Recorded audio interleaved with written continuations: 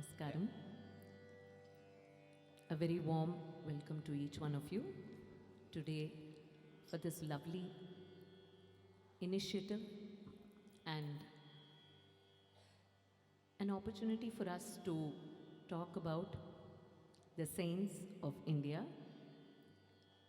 Sant Pravah, as the name goes, is the cascade of saints, wherein we have been reveling about the glory of such saints, because especially when we come from a nation like our Bharata Punya Desham, we have so many saints that even a year wouldn't suffice for us to even at least go through the names or even understand the kind of work that they have done. So in this Sant Pravah, it is going to be a lot of take back for each one of us in terms of what each of the saint have communicated through the compositions and who are they, apart from the popular ones that we are all aware of.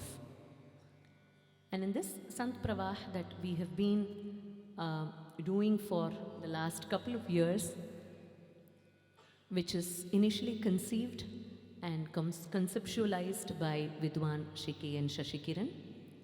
Each of the programs that we've been doing is packaged specifically for that particular audience, or has got some relevance to each of the shows that we've been performing.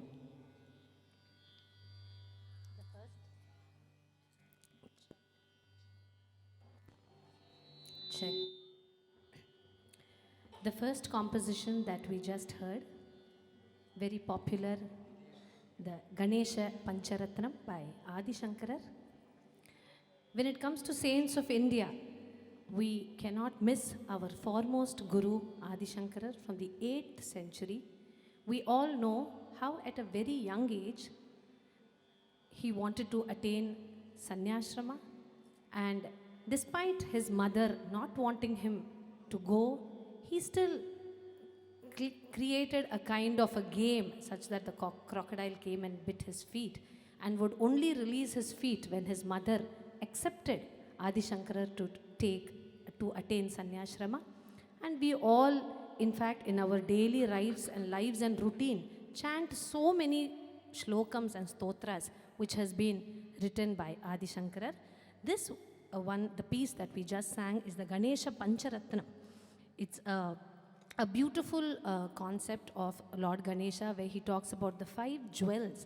And in the end, Adi Shankara tells us that every day, if we chant the Ganesha Pancharatna in the morning, we would be arogatam. We would have no kind of roga. And that's what we all pray for, to have a healthy life. So this was the Ganesha Pancharatnam by Adi Shankara.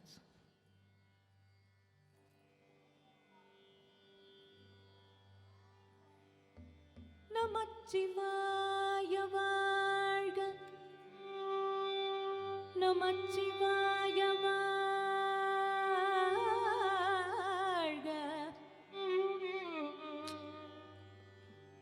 நாதன் தாழ் வாழ்க,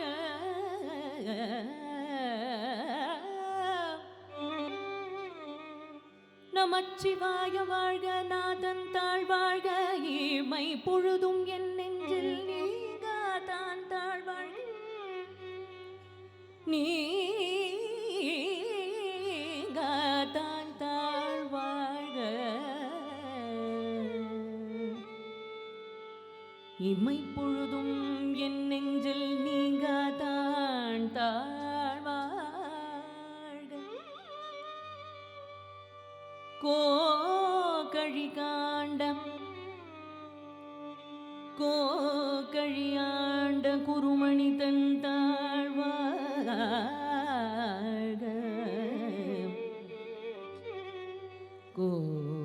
கோகழியாண்ட குருமணி தன் தாழ் தாழ்வாழ்க,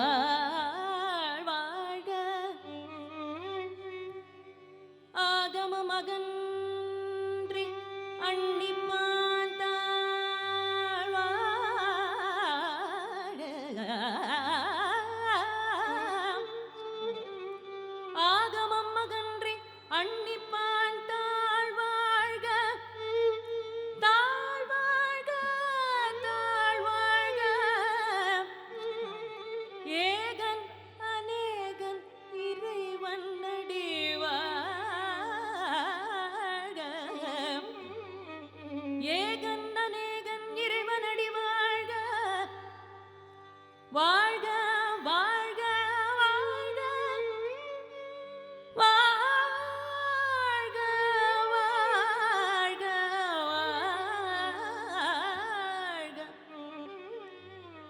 இறைவனடி வாழ்க.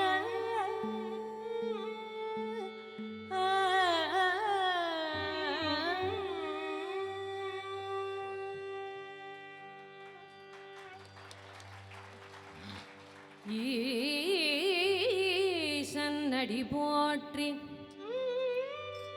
எந்தை அடி போற்றி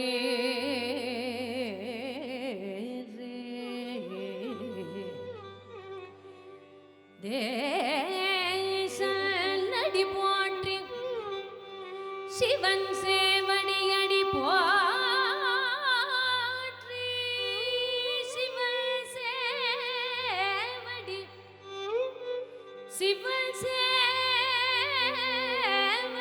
அடி போற்றி நெய்யத்தே நின்ற நிமலன் அடி போற்றி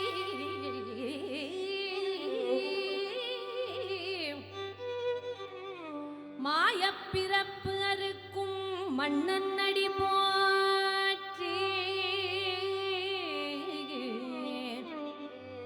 மன்னன் அடி போற்றி மாயை பிறப்பு அறுக்கும் மன்னன் அடி போற்றி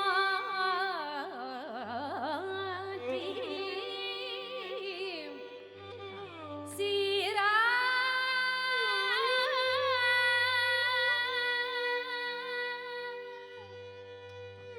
சீரா பெருந்துரை நம் தேவன் அடி போற்றி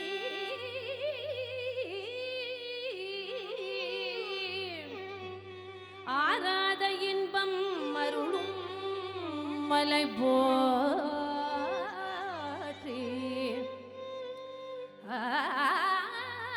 ஆராத இன்பம் ஆராத இன்பம்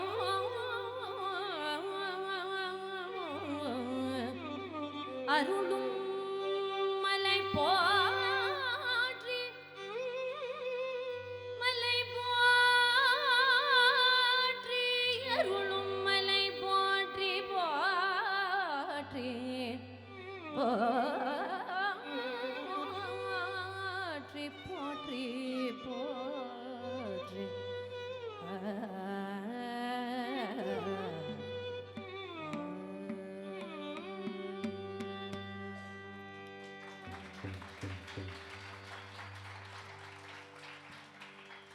When we talk about Shaivite literature, we have the 12 Tirumurais.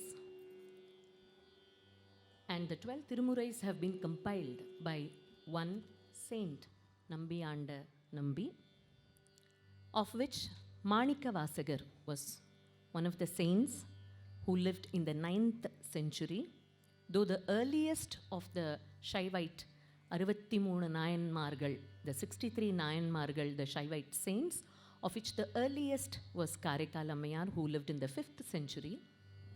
This verse was from the Shiva Puranam of the Tiruvasagam, and this you can find it in the 8th volume of the Tirumurai.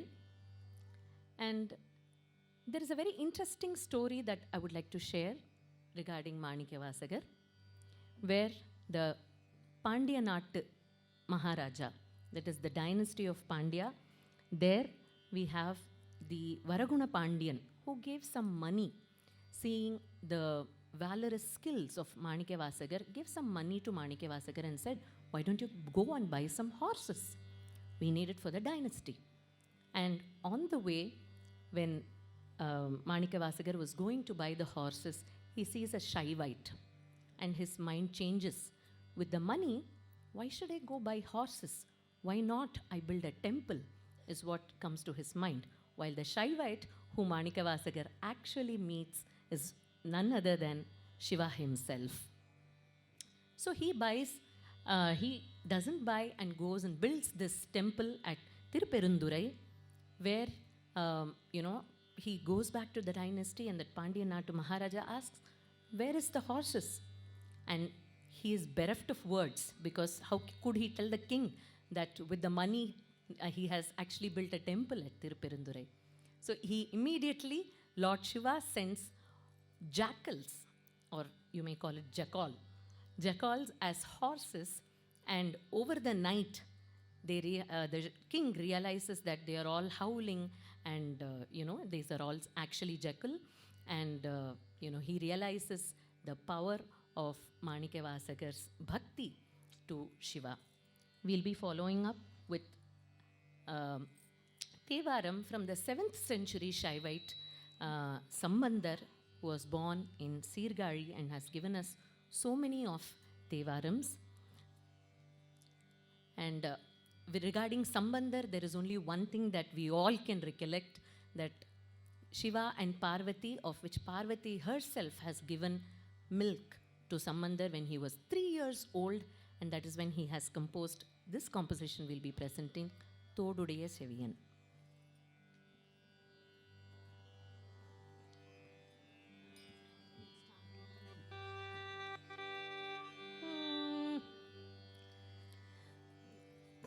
தோடுடைய செவியன் விடையேறியோர் தூவென் மதிசூடி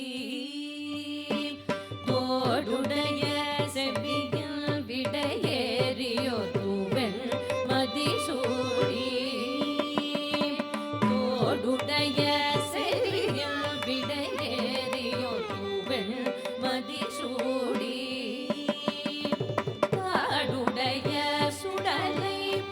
பூசியன் உள்ளம் கவர்கள்வள்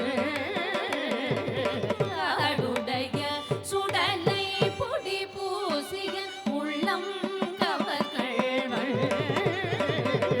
ஏடுடைய மலரான் முனை நாட்பணிந்தேத்த அருள் செய்த ஏடுடைய மலரான் முனை நாட்பணிந்தேத்த அருள் செய்த பீடுடைய பிரமாபுரம் மேவிய பெம்மானிவனே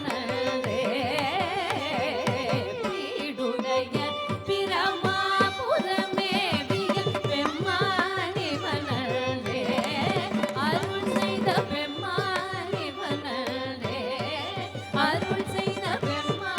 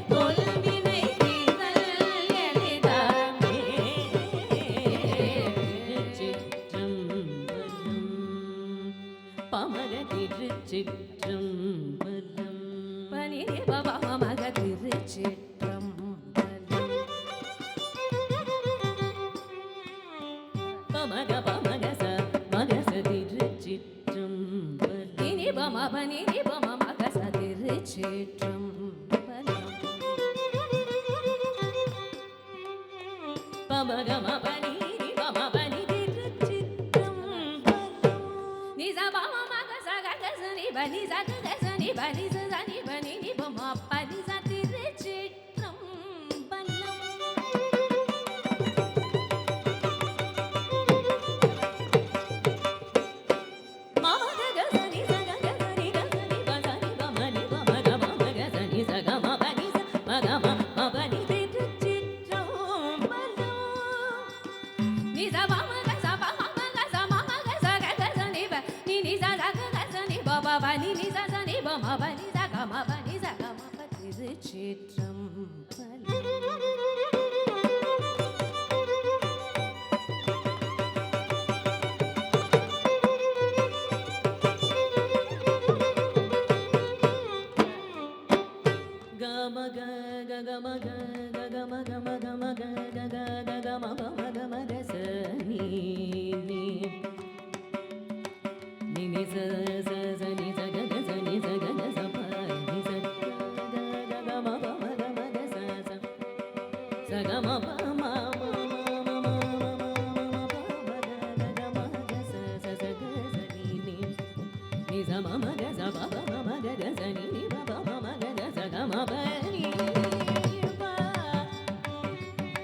மபனி திருச்சிற்றம்பலம்.